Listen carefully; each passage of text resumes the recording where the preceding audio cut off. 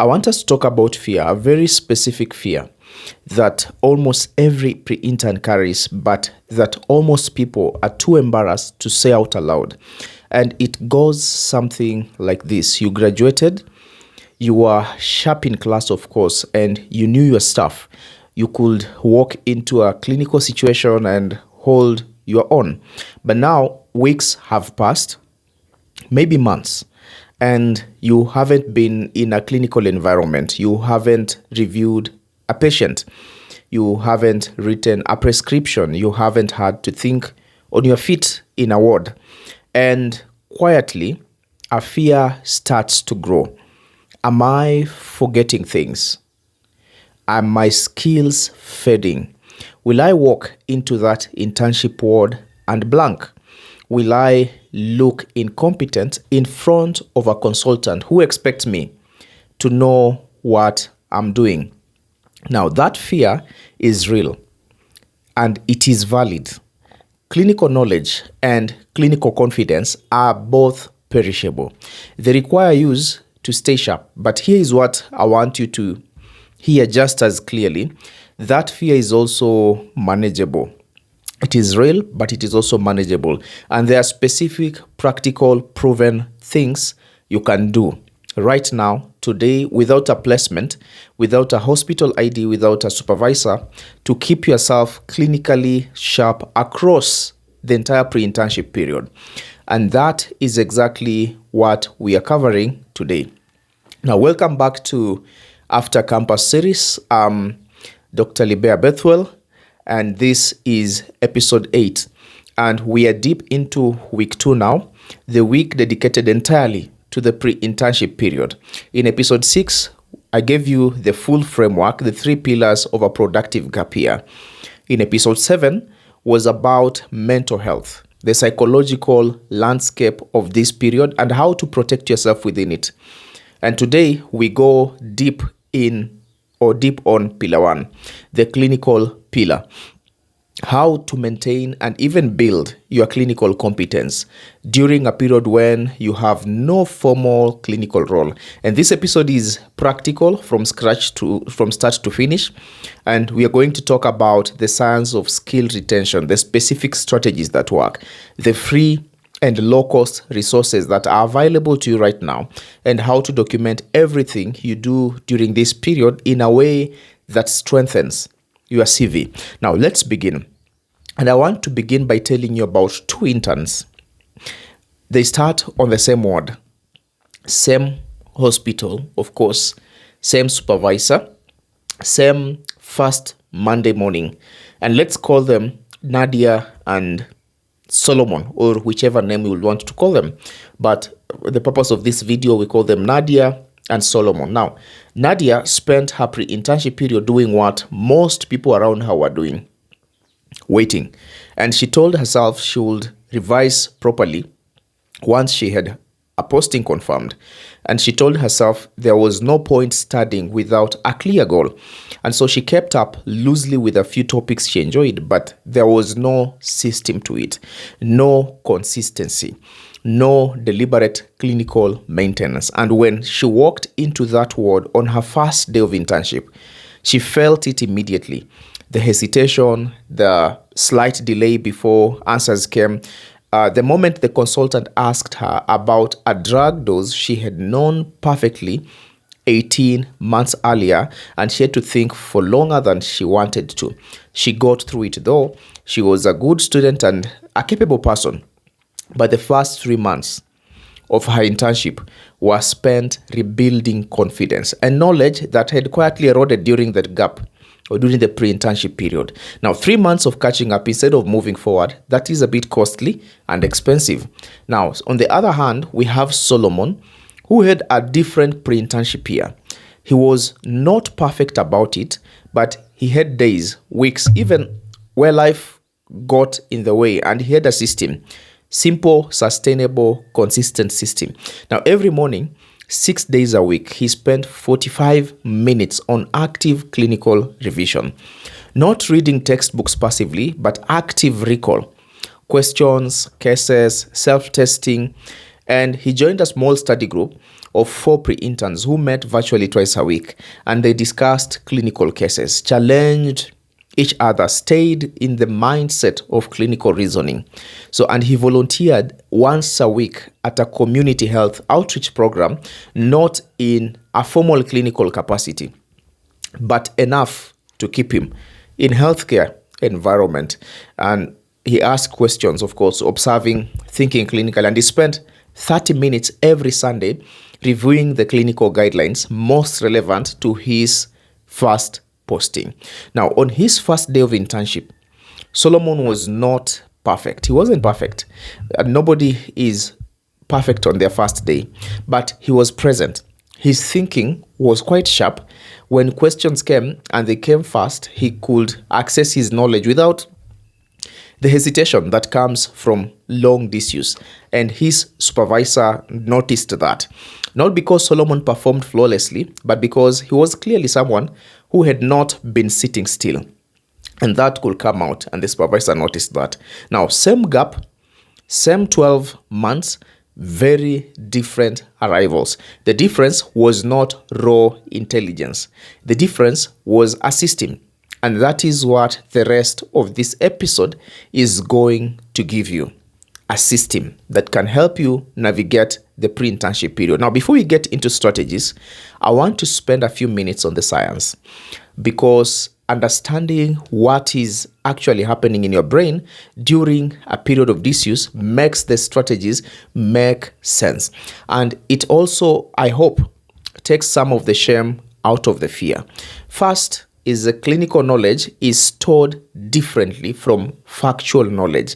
You have to get this clearly. Clinical knowledge and factual knowledge are stored differently.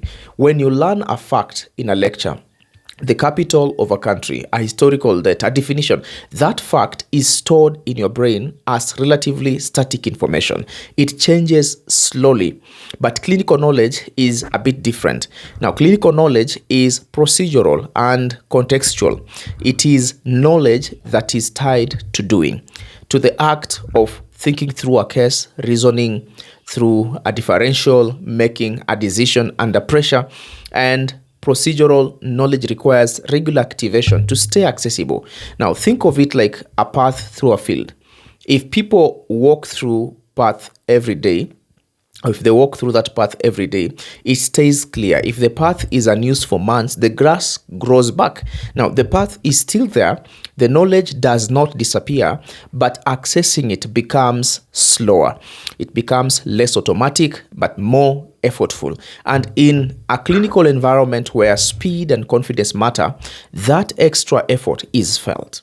And it is felt by you, and sometimes by the people watching you. Secondly, is a clinical confidence erodes faster than clinical knowledge. Now, here is something important that most people don't realize. The knowledge fades slowly, but the confidence fades quickly. And confidence, the felt sense that you can handle what is in front of you, is actually what drives clinical performance more than pure knowledge. Now, a student who knows the answer but hesitates to say it performs worse than a student who is slightly less certain but moves with conviction. And the pre-internship period, with its absence of clinical feedback and clinical challenge, is a very efficient machine for eroding confidence. Not because anything is wrong with you, but because confidence, like all psychological states, is maintained by evidence. And when you stop generating evidence, stop having clinical encounters, stop solving clinical problems, you stop getting feedback on your thinking, the confidence quietly deflates.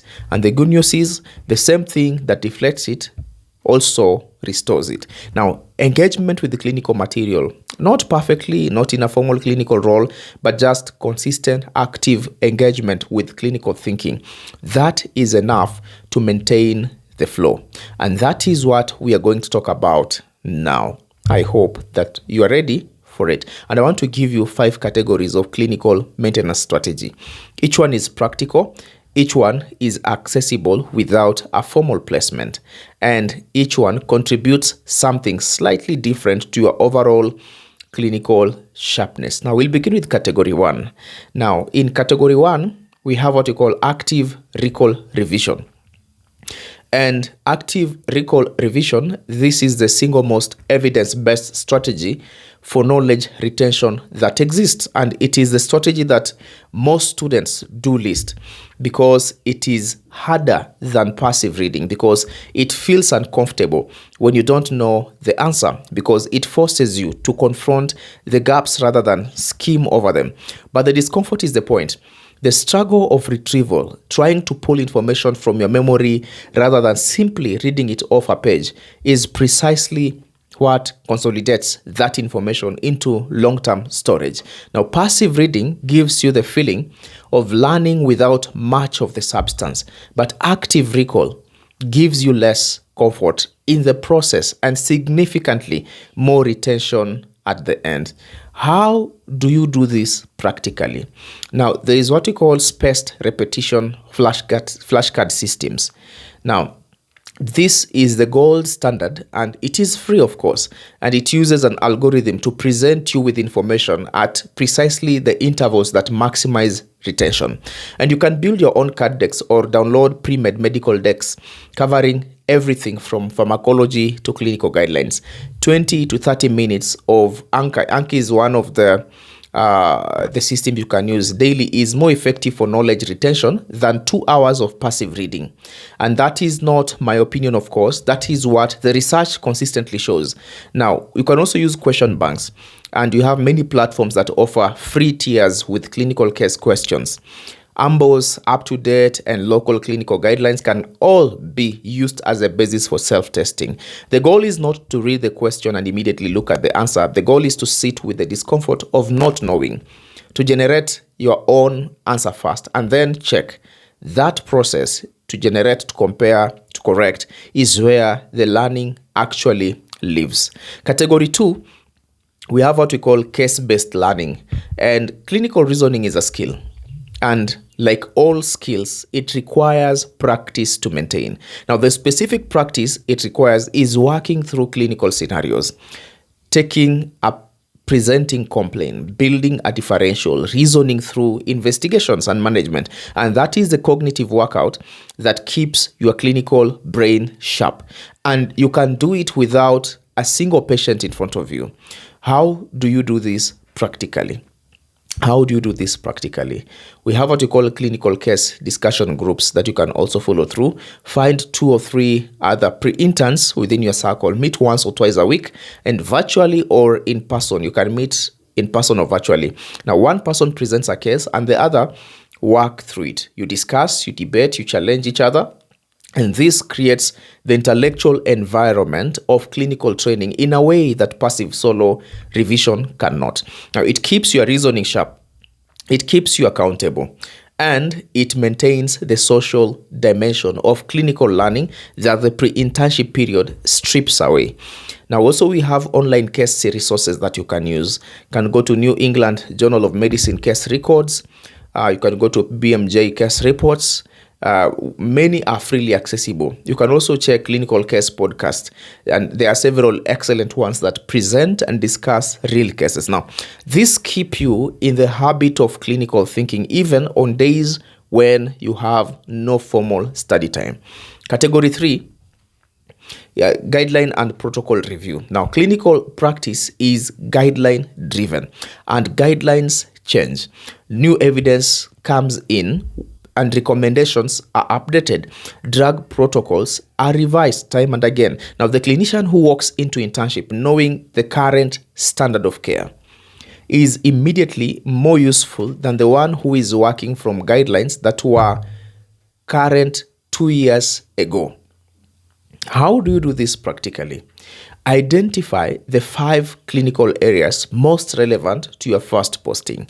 If you know you're going to a medical ward, review the current management guidelines for the common medical admissions: hypertension, diabetes, heart failure, pneumonia, malaria, tuberculosis. If you're going to a surgical posting, review pre- and post-operative care protocols, wound management, antibiotic prophylaxis. Now, pharmacy, nursing, and dentistry lab, professionals the same, or interns, the same principles apply. Know what the current standards are in your specific practice area. Source your guidelines from reputable current platforms, and examples given, especially the Kenyan clinical guidelines that you can go and find. The guidelines, the WHO guidelines, they have signed, we have NICE. Now spend 30 minutes every Sunday reviewing one guideline area. By the time your internship starts, you will be more current than many people who have been working for years. Category 4 is the clinical exposure bit. Even without a formal role, you can still have the clinical exposure. There is a version of clinical maintenance that happens outside of a textbook entirely. Being physically present in a healthcare environment, observing, asking questions, thinking alongside the clinicians around you. And this is available to more pre-interns than realize it. How do you go about this practically? Number 1 is volunteering. Many community health programs, NGOs, faith-based health facilities, and outreach programs will accept graduates as volunteers, and not in a prescribing capacity, but as volunteers, and incorporated in a support, observation, and patient education capacity. Now, this keeps you in clinical environments. It keeps your clinical instincts active, and it generates CV content at the same time. Now, shadowing can be another one. Reach out to a clinician you know, a former supervisor, a family connection, a mentor, and ask if you can shadow them for a day or a week. Not to practice unsupervised, but simply to observe, to think, to stay connected to the clinical world. Most clinicians, when asked sincerely, will say yes.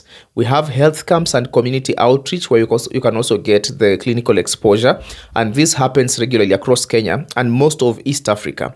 They need graduates in these camps who can assist with screening, health education, basic assessments, and they provide clinical exposure, CV content, and a genuine sense of purpose, all at the same time. Category 5, we have procedural and communication skill maintenance. Now, there are dimensions of clinical competence that are specifically about doing, not just knowing. History taking, for example, clinical communication, patient counseling, basic procedural confidence.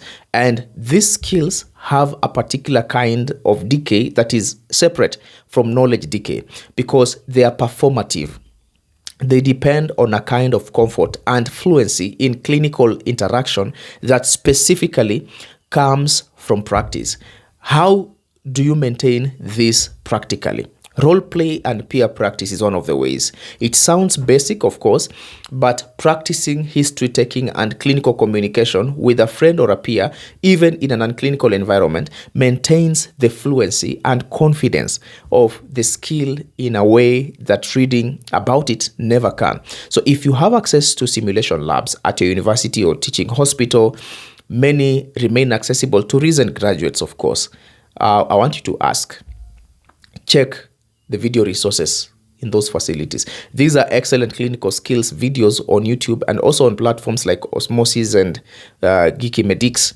Watch them actively, not passively. Pause, ask yourself what you will do next, then watch the answer. That active engagement with demonstration-based content is far more effective than passive watching. I want to be honest with you about something, and I want you to pay attention at this point. Everything I just described sounds straightforward, and of course it is straightforward, but straightforward is not the same as easy, because the pre-internship period is not just a scheduling problem. It is a motivation problem, and it is an accountability problem. It is a problem of maintaining discipline toward a goal that has no deadline you control and no examiner you are answerable to. And so I want to give you 3 principles for making this sustainable. Not just starting it, but keeping it going across the entire period. First, start embarrassingly small. Now, the biggest mistake people make when designing a revision plan is starting too ambitiously. Now, 2 hours a day, multiple subjects, complex schedules, and then life happens. 1 day is missed, then 2.